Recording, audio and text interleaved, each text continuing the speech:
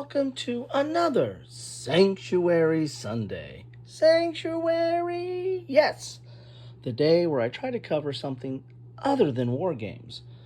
And today, I'm covering Leaping Lemmings. Yes, this is the original cliff divers. We all know the subject or urban myth or whatever you want to call it about lemmings, following the other lemmings and diving to their death into the sea. Well, GMT made a game about it. And GMT, which is known for its war games, you would find this kind of a curious title. In fact, it's got one of its designers, John Pineski, has some war game designs to his credit. I actually have him on my playlist down below, as covered some of his games before.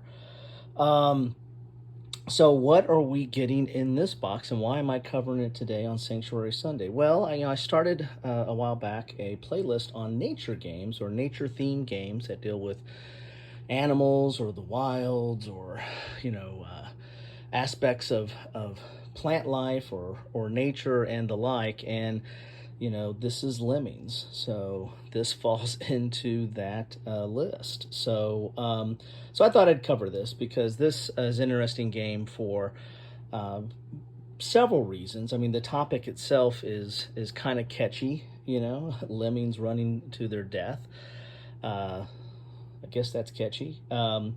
But there's other things I wanted to talk about in this game, and we'll get to those as I kind of do a little exploration here. Let's look at the theme here. This is the rules of play. It's a really small book here, 16 pages, but it's small book, and the print is decent size. It's kind of this might be typical GMT print, but this is definitely not a typical GMT game. If you look at the theme here, the setup for this game is Leaping Lemmings is a game for 2 to 6 players. Players represent genetic scientists. Should I put this on my science list? No, I'll leave it with nature. Genetic scientists working in a research lab 18.15 miles from Waterloo, Montana. By being creative with your accounting, you have been able to set aside millions from your massive federal grant to settle a $20 bet between yourself and 5 other scientists. The scientists who can genetically engineer and clone a group of lemmings that will most consistently win a race that culminates with the lemmings hurling themselves over a cliff in violation of natural law, but in keeping with the urban myth, will win the bet. Your lemmings have been trained to dive off the cliff stylishly. One lemming diving with style and Elon is worth as many as 5 of the more mundane divers. An added wrinkle to the race has been daily appearance of 2 small adolescent eagles called Stephen Jr. and Ruby by the scientists that circle above. These hungry raptors have become big fans of the daily race buffet. So there you have it. That is the theme for Leaping Lemmings. And this is the game. Now, one thing you'll notice here is that it is a hex grid. So, this has some aspects of a war game. This really isn't a war game. But one of the things I wanted to talk about, this one reason why I picked it up, is that this is actually not a horrible start to introducing someone to war games. I mean, this is not historical. This does not have any relation to what we would traditionally call a war game, other than the fact that, it has a hex grid, so you're going to be moving these lemmings across a hex grid. There's some, aspect to the old, or some connection to the old hex encounter wargaming. Also, there is some terrain. There's this brush here that you can move into, and that costs 2 to move into. So you have movement points, and you have terrain. We have hexes. Is this sounding familiar? You have stacking. You can stack up to 3 lemmings in a brush and up to 5 in a clear. All right, here we go, right? So that's about where it ends, right, of any connection to a war game. But I played this with my one of my kids when they were pretty young, and that was actually a nice little introduction to moving counters and train effects and movement effects and stacking and stuff like that. So when we did get to some meteor war games, actual war games, that was somewhat of a familiar nomenclature, and they kind of understood it a little bit better. So anyway, so that's one aspect about this game. I like how it's a GMT game, and you do have some semblance or some beginning seeds of some war game terminology. The other thing about this game is it's really a race. This is a racing game. And you're trying to be the first one to get across, or trying to get as many of your lemmings across the board to jump off the cliff. And the way victory points, normally when I talk about Euro games or when I teach Euro games, I try to tell what the victory conditions are first. The victory points is how many points you have, movement points left after you jump off the cliff. So like if Kin here, this is the Kin lemming, and then you've got on the backside, you've got Hoda there. So if the movement card, and this is based how you move, is these movement cards. Oh, look, that's a 5. So if Kin was to jump from here, it only costs 1. It uses 5, so he'd get 5 victory points from that hex. Now, if Hoda was jumping from, Kin, I keep on mixing, but let's just call it Hoda.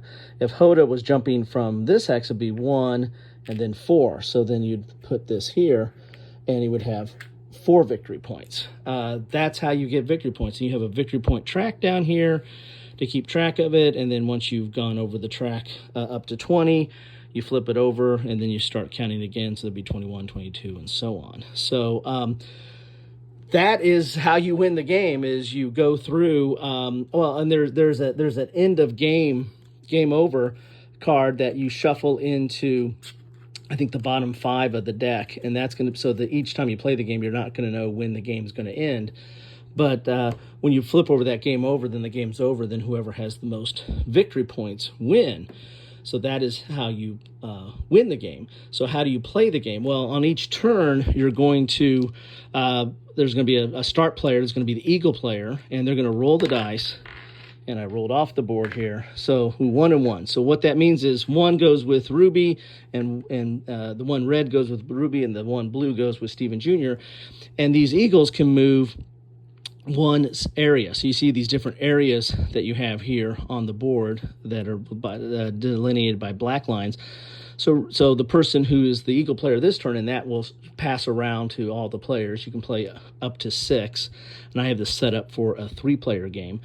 So Ruby can move 1 area. So you can move Ruby there, or you can move Ruby here, right? And that might make a difference on where you have your lemmings, because wherever Ruby goes to, they're going to feast on a lemming if there is one there. So, for example, let's say we had Jesse here, and you move here. Let's say you're the green player, which are the Soldier Clan. Each one of these have their different names. The green or light green is Soldier Clan. Yellow is Ritz Clan, then blue is the Hippie Clan, and then you've got other ones, 3 other ones in the box that you can play with as well. So Ruby would go here. If you move Ruby here, well, then Ruby's going to eat Jesse, and that goes into the chow pile. And then Ruby now is feasting, as you can see right there. And so you'd have to use one of these movement points to move Ruby. So like if this 1 was rolled again, you'd move Ruby back over to the fly side. If you rolled a 2, then you can move Ruby over to the fly side and then move 1 to move it to another area. So that's kind of how the eagles work. So it's kind of a take that. So if you're the one that's managing the eagles, and there's some optional rules on who can take over managing the eagles, but the basic game is, one person gets to move the eagles, and then it passes on to the next person, and you just keep playing. So you can move the eagles into an area to take over somebody or to eat a lemming. Now there are some rules that if the eagle moves into an area, let's say Stephen moved here, it's going to eat the top lemming, so you can be protected.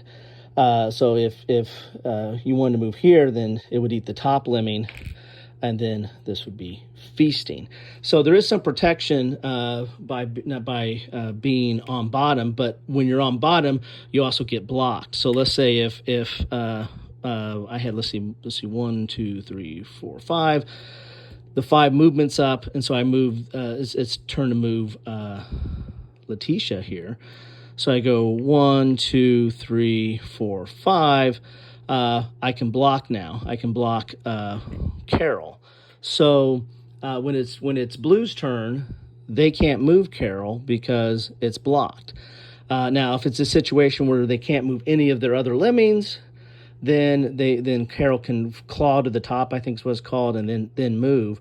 But if there's other movements out there, you got to move another lemming because Carol is blocked. So that's another way to kind of take that mechanism where you can kind of block somebody. So you can use the eagles to take out your opponents, or you can use you can kind of block them or lock them down by being on top of them.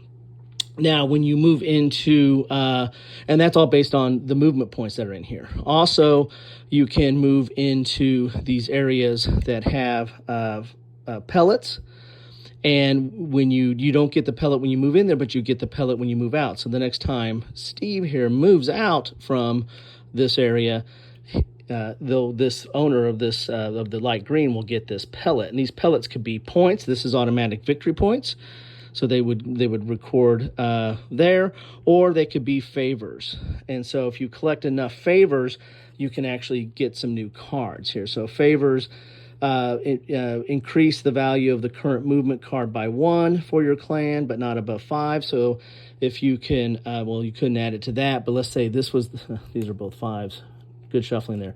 So you could add, exchange 1 pellet and then add another movement point to that 4 and make it a 5, or whatever the numbers are on the card. You can pay 2 pellets, bribe the judges to increase the score of one of your scored lemmings by 1, but not above 5. So you could turn in 2 of these favors and then move one of your scored lemmings up to a higher rank, but you can't move them above 5. Or you can drop in 3 pellets, exchange 3 pellets, randomly claim an undealt special action, if any. And these are these special actions. This is another thing you can play on your turn. With 2 to 3 players, everybody gets 4 cards. With 6 players, everybody gets 2 cards. But you get these special actions, and these are kind of ways to break the game, right? So this is just a special action that you can play. You start off with 4, but you can turn in 3 pellets to try to draw another one if there's any available. And then you can use these special abilities, and these are just basically special abilities that break the game or break the rules. And then you discard that after you use it.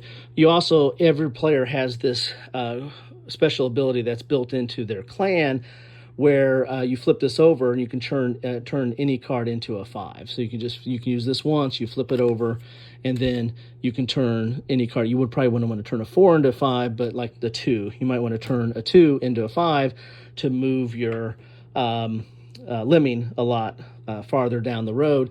And again, you want to kind of land in this optimal zone right here, because whatever movement you use here is going to be your scoring track. And that is basically the game, kind of in a nutshell. This is called the line of bones. So you want to watch out being here, because this area here both is subject to both the blue and the red. As you can see here, is subject to both the blue and the red eagles. So being on this line right here means you can get hit by either one of those, and so that could be kind of dangerous. And there you have it. So this is Leaping Lemons. You've got this little play rate here that talks about your sequence of play, the lemming phase, the pellet exchange, and also summary of special actions. So this kind of explains the cards if you need that. You also have the rule book, which is, again, not that long and complex, but has all the other stuff in there as well, a few optional rules as well.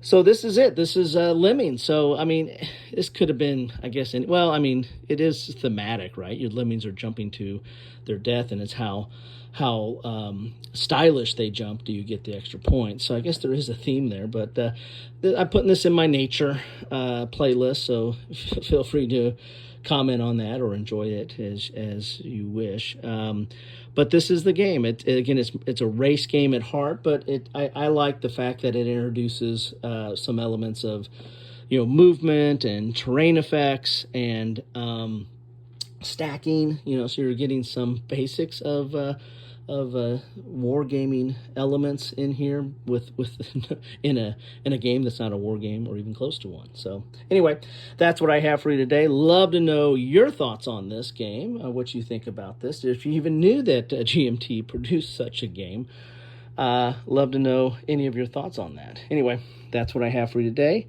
Leaping Lemmings. Sorry, I almost said lemons there. Leaping Lemmings. Have fun.